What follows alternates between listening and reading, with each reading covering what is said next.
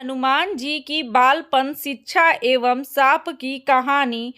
हनुमान जी के धर्म पिता वायु थे, इसी कारण उन्हें पवन पुत्र के नाम से भी जाना जाता है। बचपन से ही दिव्य होने के साथ साथ उनके अंदर असीम शक्तियों का भंडार था। बालपन में एक बार सूर्य को पका हुआ फल समझकर उसे वो खाने के लिए उड़कर जाने लगे। उसी समय इंद्र ने उन्हें रोकने का प्रयास किया, ब्रज से प्रहार कर दिया। ब्रज के प्रहार के कारण बालक हनुमान की ठुड्डी टूट गई और वे मूर्छित होकर धरती पर गिर पड़े। इस घटना से कुपित होकर पवन देव ने संसार भर में वायु के प्रभाव को रोक दिया, जिसके कारण सभी प्राणियों में हाहाकार मच गया।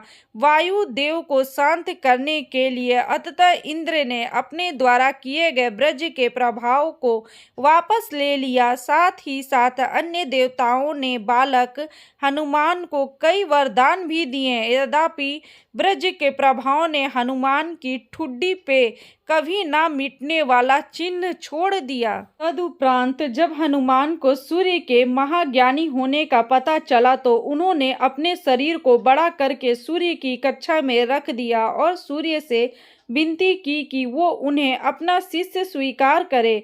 मगर सूर्य ने उनका अनुरोध ये कहकर अस्वीकार कर दिया कि चूंकि वो अपने कर्म स्वरूप सदैव अपने रथ पे भ्रमण करते रहते हैं, अतः हनुमान भावपूर्ण तरीके से शिक्षा ग्रहण नहीं कर पाएंगे। सूर्य देव की बातों से विचलित हुए बिना हनुमान ने अपने शरीर को और बड़ा करके अपने एक पैर को पूर्वी छोर पे और दूसरे पैर को पश्चिमी छोर पे रखकर पुनः सूर्य देव से विनती की और अंततः हनुमान के दृढ़ता से प्रसन्न होकर सूर्य ने उन्हें अपना शिष्य स्वीकार कर लिया।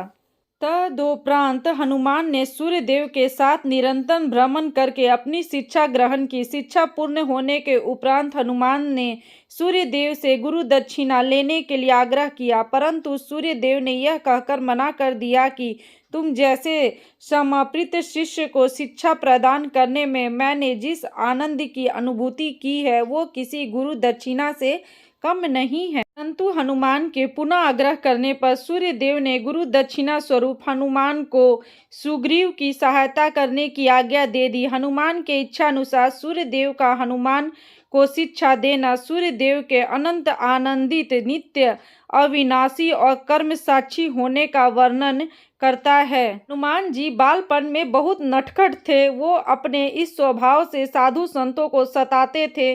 बंधुओं वो उनकी पूजा सामग्री और आदि कई वस्तुओं को छीन झपट लेते थे। उनके इस नटखट स्वभाव से रुष्ट होकर साधुओं ने उन्हें अपनी शक्तियों को भूल जाने का एक लघु शाप दे दिया। इस शाप के प्रभाव से हनुमान जी अपनी सब शक्तियों को अस्थायी रूप से भूल जाते थे और पुनः किसी अन्य के स्मरण कराने पर ही उन्हें अपनी असीम शक्तियों का स्मरण होता था। ऐसा माना जाता है कि अगर शाप रहित होते तो रामायण में राम रावण युद्ध का स्वरूप ही होता। कदाचित वो स्वयं ही रावण सहित संपूर्ण लंका को समाप्त कर देते। तो दोस्तों, आप लोगों को मेरी ये छोटी सी कहानी कैसी लगी? अगर अच्छी लगी हो तो इसे लाइक, सब्सक्राइब और शेयर करें। Okay, bye, thank you.